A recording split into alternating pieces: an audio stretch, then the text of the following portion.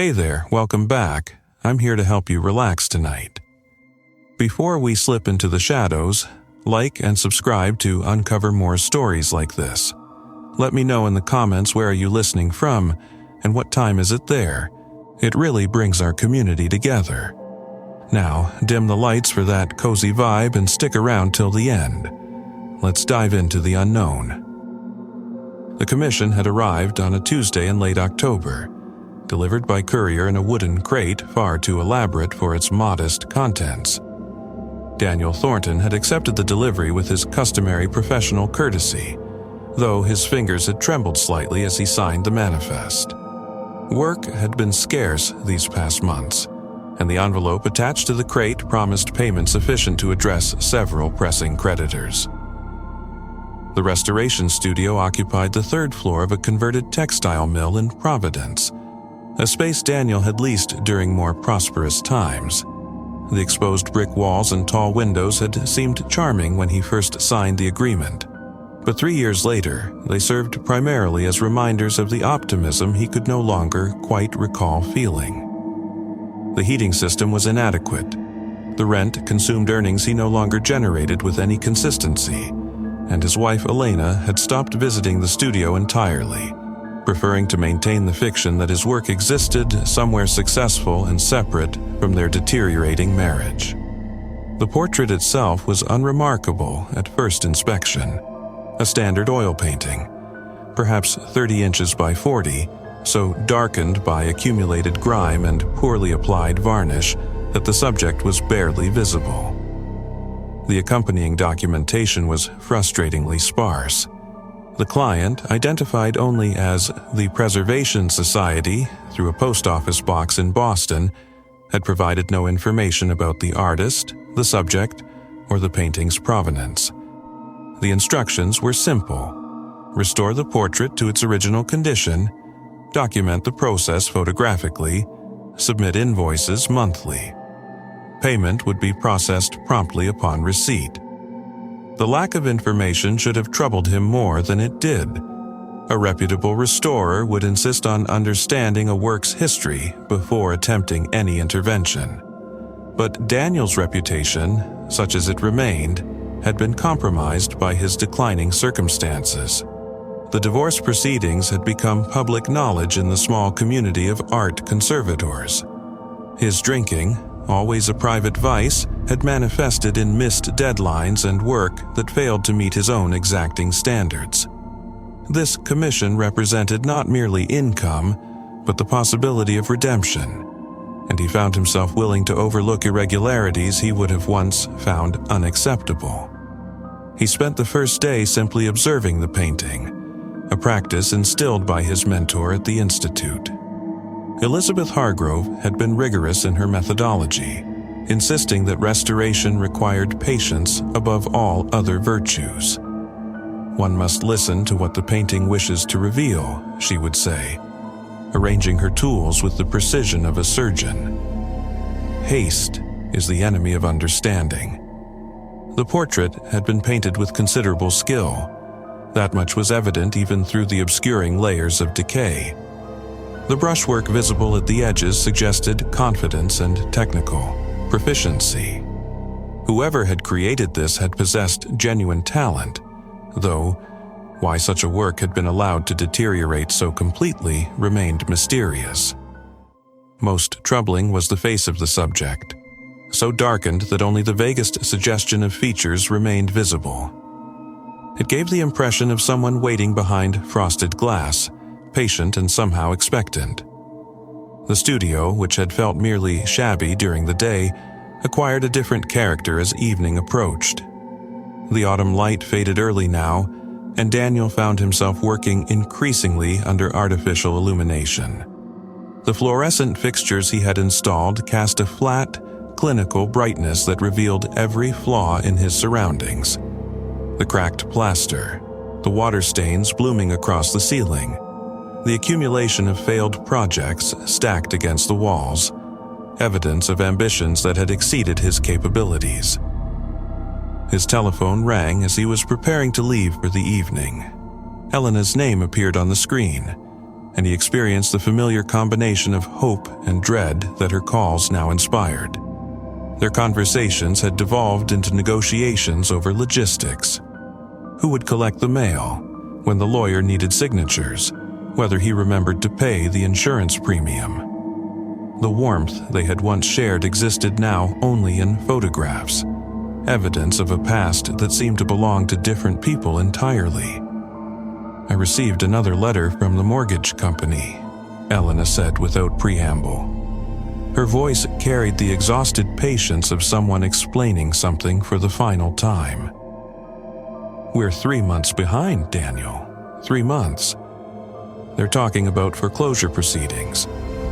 He had assured her that the new commission would address this concern, that payment was forthcoming, that everything would be resolved shortly.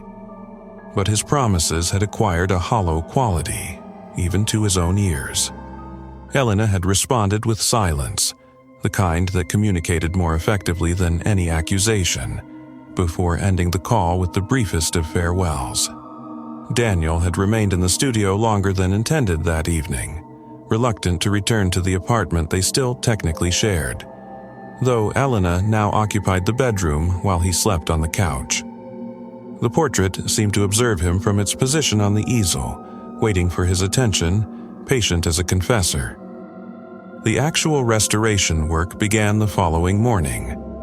Daniel had always found a meditative quality in the careful, methodical process of cleaning.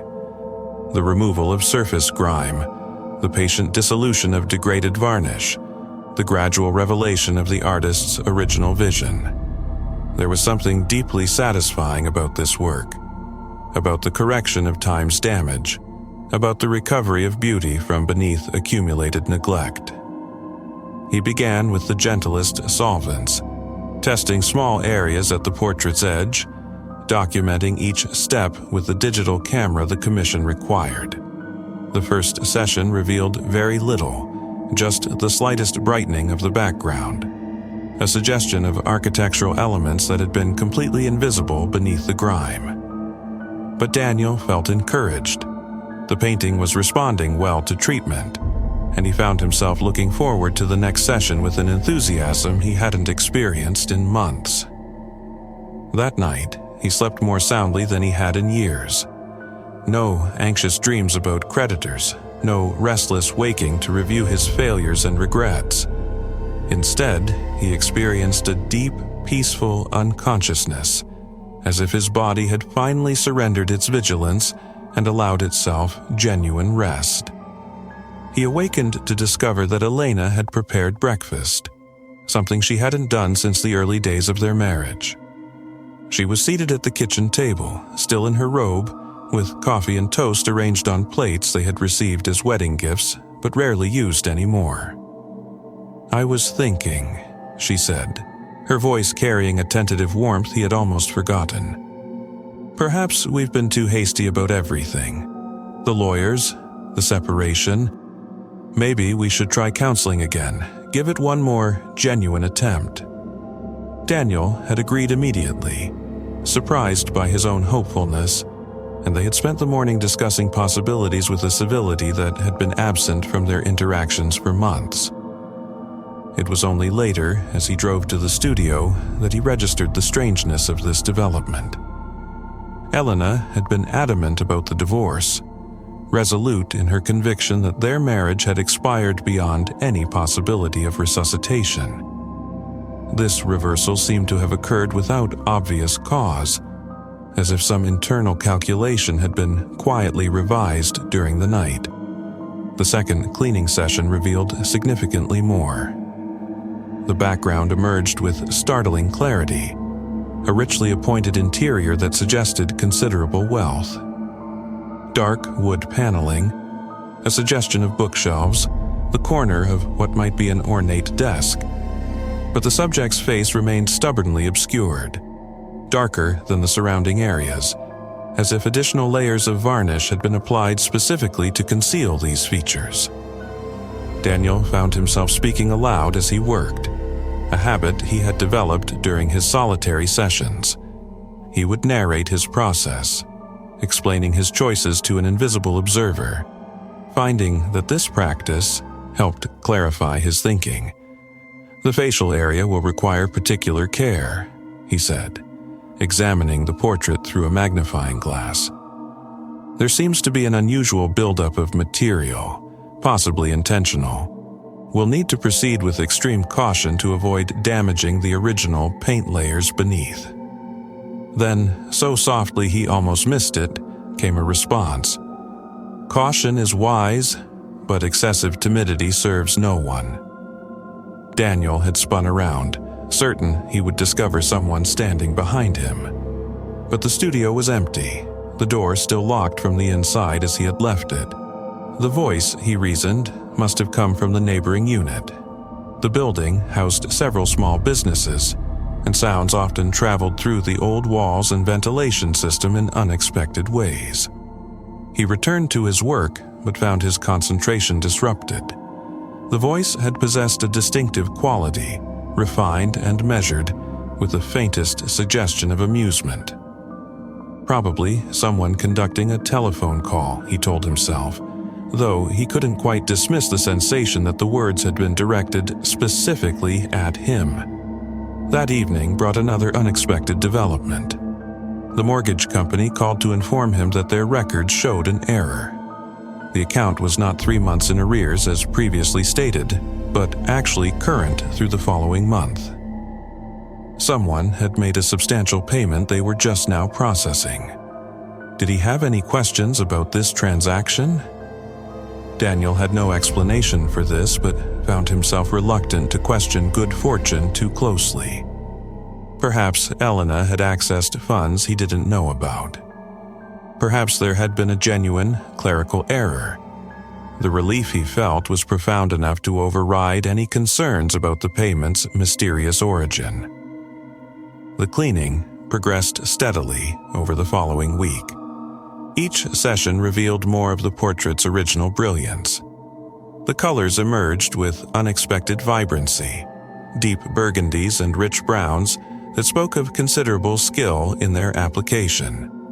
The subject's clothing became visible, formal attire from an earlier era, suggesting the painting dated to the late 19th or early 20th century.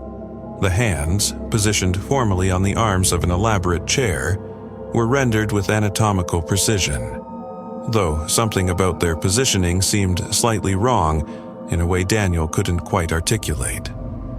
But the face remained obscured, a dark oval that resisted his most careful attempts at cleaning.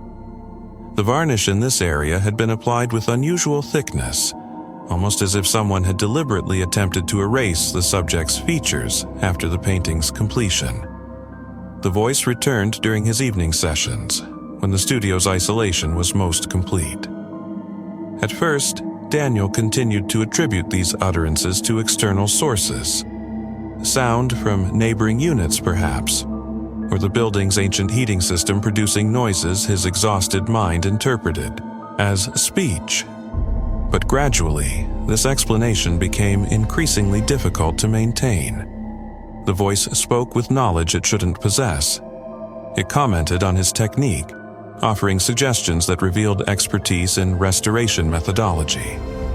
It observed details about his life that no casual eavesdropper could know. His troubled relationship with his father, his abandoned ambitions to paint rather than simply preserve other artists' work, his growing dependence on alcohol to quiet the anxiety that had become his constant companion.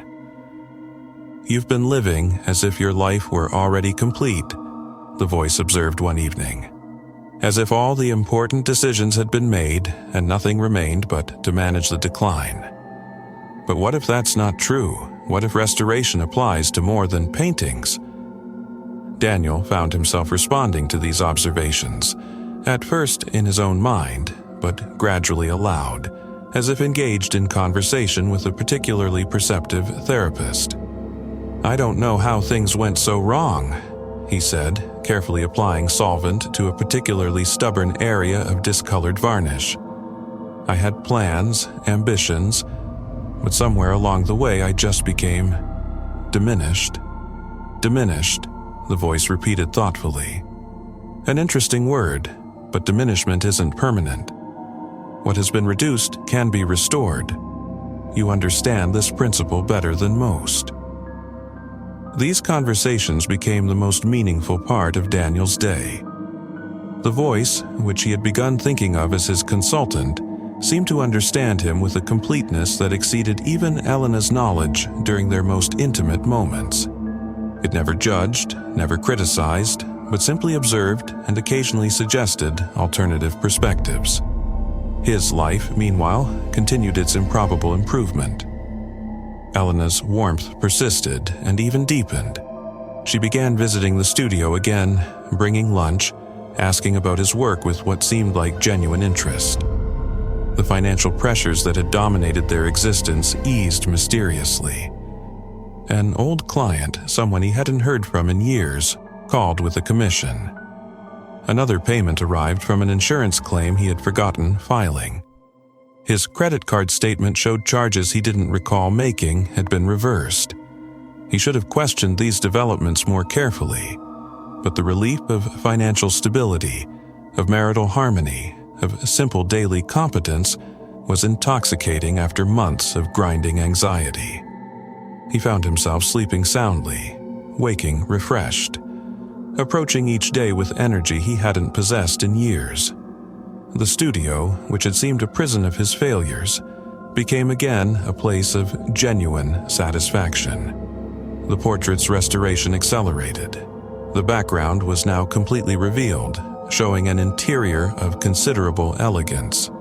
The subject's formal attire suggested a person of significance, someone accustomed to being memorialized.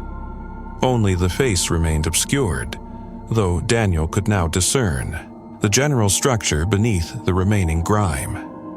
A strong jaw, a prominent nose, eyes that seemed to look directly at the viewer with an intensity that persisted despite the obscuring varnish.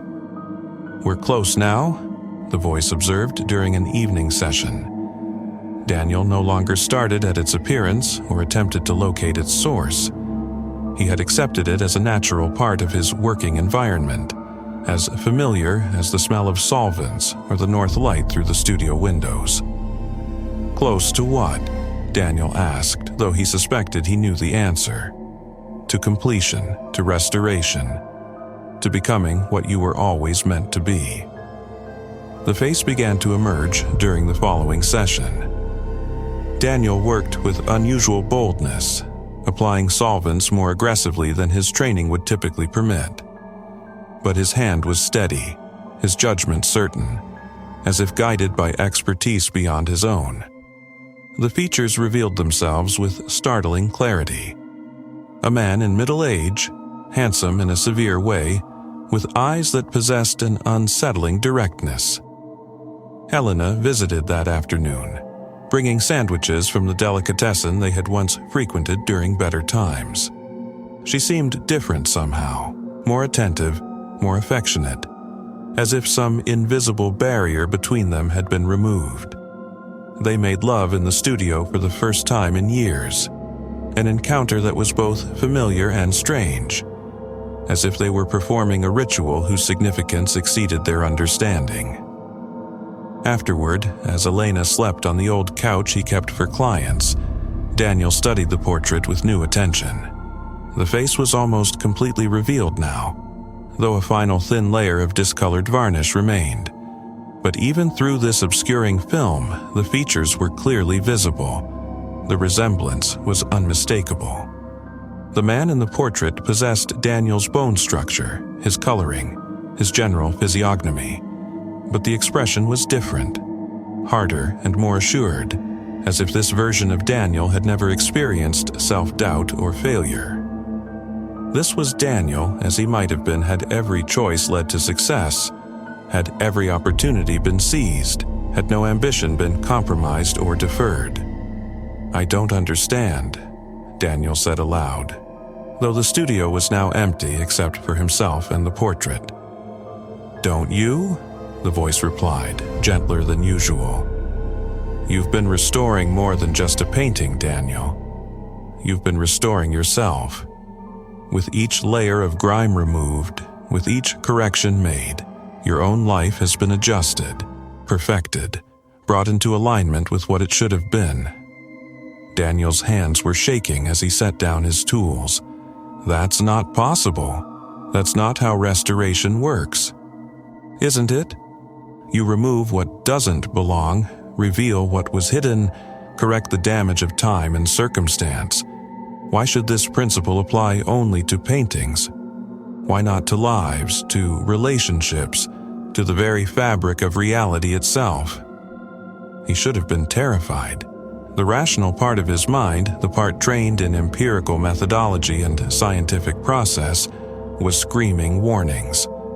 But another part, a deeper part, felt only a profound relief. All the improvements in his life, all the mysterious corrections and reversals, finally had an explanation. Not a comforting explanation, perhaps, but one that possessed a kind of terrible logic. "What am I becoming?" he asked.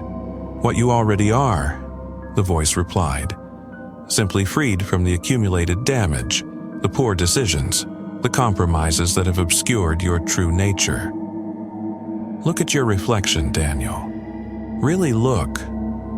The studio's bathroom was small, barely large enough for its fixtures, but it contained a mirror above the sink. Daniel had avoided examining himself too closely in recent months, preferring not to confront the evidence of his decline. But now he stood before the glass and studied his reflection with careful attention. The changes were subtle but undeniable. His posture was straighter, his expression more confident. The lines of worry and disappointment that had been etching themselves into his features seemed softer, less permanent. His eyes, which had acquired a defeated quality he had learned to ignore, now held something different. Not quite hope, but a kind of certainty, as if some fundamental question had been resolved. He looked, he realized, increasingly like the man in the portrait. The final cleaning session took place on a Thursday evening. Daniel had prepared his finest solvents, his most delicate tools. The removal of the last layer of discolored varnish would require absolute precision. A single error could damage the paint beneath, could mar the features that had been concealed for so long. Elena had called earlier, her voice warm with affection. She wanted to celebrate, she said. Everything was coming together so beautifully. His work was going well, their marriage was healing. Their future suddenly held possibilities she had almost forgotten to imagine. Could they have dinner at that restaurant they loved, the one where he had proposed all those years ago? Daniel had agreed, though he found himself curiously detached from her enthusiasm. The restoration demanded his complete attention now. Everything else seemed distant, less substantial, as if his life outside the studio had become merely a backdrop to the real drama unfolding before him. The voice had been silent all day, but as he prepared his materials, it returned. "This is the final stage," it said, and Daniel could hear satisfaction in its tone. "The moment when everything is revealed, when the transformation becomes complete. Are you ready?" "I don't know what I'm ready for," Daniel admitted. "I don't understand what's happening." Understanding isn't required, only acceptance. Only willingness to be what you were meant to be, rather than what you've been.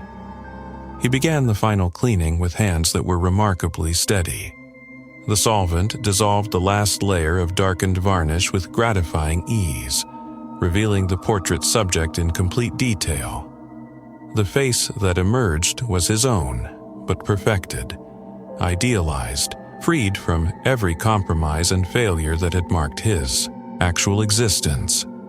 The man in the portrait looked directly at him with eyes that held no doubt, no regret, no accumulated disappointment. This was Daniel Thornton as he should have been, as he could have been, as perhaps he now was becoming. He turned to examine his reflection in the studio's windows, now darkened by evening. But the face that looked back at him was no longer quite his own. The features were familiar, certainly, but the expression had changed, hardened. become more assured but also somehow less human, as if something essential had been sacrificed in the pursuit of perfection. "What have I done?" he whispered. "You've restored yourself," the voice replied. "Removed the imperfections, corrected the errors, revealed what was always underneath. Isn't this what you wanted? A better life, a successful career, a marriage worth preserving? But at what cost?" "Cost?" The voice sounded genuinely puzzled. The cost was already paid. Those years of failure, those compromises, those diminishments, that was the cost. This is the restoration. Daniel looked again at the portrait, then at his reflection, then back at the portrait. The resemblance was now complete. But something had reversed. The man in the painting now wore Daniel's expression of growing doubt, while Daniel's own reflection held the portrait subject's certainty and confidence. "We've exchanged places," he said slowly, understanding crystallizing. "Whatever was in the portrait is now in me, and I'm exactly where you need to be," the voice completed. "The restoration is finished. The subject has been properly revealed. Everything is as it should be." Elena found him there the next morning, slumped before the easel, his cleaning supplies scattered across the floor. The portrait stood completed on its stand, every layer of grime removed, every degraded element restored. The subject gazed out from the canvas with remarkable vitality, a man in his prime, confident and assured, though if one looked carefully, there was something slightly uncertain in his expression, as if he were not entirely comfortable in his position. "Daniel?" Elena said, touching his shoulder gently. But the man who turned to face her wore an expression she didn't quite recognize, though it was certainly her husband's face. "Forgive me," he said, his voice carrying an unfamiliar assurance. "I was working rather late. The restoration is complete. The client should be very pleased." They returned home together, to the apartment that no longer felt quite like the place they had shared. Elena found herself looking at her husband with a confusion she couldn't articulate. Everything should have been better, had been better. Their marriage miraculously healed, their financial concerns mysteriously resolved. But something about Daniel seemed subtly wrong, as if someone had replaced him with a very good copy that hadn't quite captured some essential quality. The portrait was collected by courier the following day, packaged carefully in the same elaborate crate that had delivered it. Payment arrived promptly, as promised, and Daniel discovered that his reputation had somehow been restored as well. Clients who had abandoned him now returned with new commissions. His work was featured in a conservation journal. An offer came from a prestigious museum, a position he had once coveted but never thought he'd be offered. He accepted everything with the assurance of someone who had never doubted his own value, who had never experienced failure or compromise.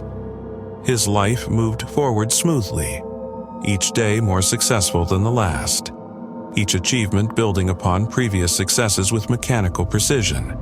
But sometimes, late at night, when Elena was asleep beside him and the apartment was silent, Daniel would stand before the bathroom mirror and study his reflection with careful attention. The face that looked back was his own, certainly, but something about the eyes seemed different. They held a confidence that felt borrowed rather than earned, a certainty that didn't quite reach the depths where his actual self, his real self, still quietly resided. And in those moments, he would remember the portrait, the gradual revelation of its subject, the voice that had guided him through each stage of transformation. He would wonder what had truly been restored and what had been replaced, whether improvement was always synonymous with preservation, whether one could correct the damage of time without losing something essential in the process. But these doubts passed quickly, dissolved by the pleasant demands of his successful life. He had been restored, after all, revealed in his proper form, freed from accumulated damage. that this freedom felt somehow constraining, that this perfection felt curiously hollow, were concerns that seemed increasingly irrelevant as the days progressed. The portrait, wherever it now resided, presumably hung in some collector's gallery, its subject gazing out with that slight uncertainty in his expression. Perhaps he wondered occasionally about the hands that had revealed him, the patient process that had brought him into being.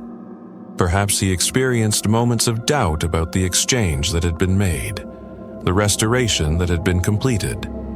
But such questions, like so many others, dissolved in the face of accomplished facts. The work was complete. The subject was revealed. Everything was precisely as it should be.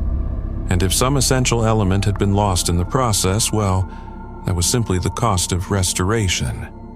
Some damage, after all, is permanent, and some corrections require permanent changes to the very fabric of what we are. The only question is whether what we gain exceeds what we surrender. And by the time we can answer that question with certainty, the restoration is already complete. Here's the wrap for now, until we meet again. If this tale kept you on edge, like and share it with a friend who dares to listen, and subscribe for more eerie nights like this one. Thanks for unwinding with me. Sleep tight if you can.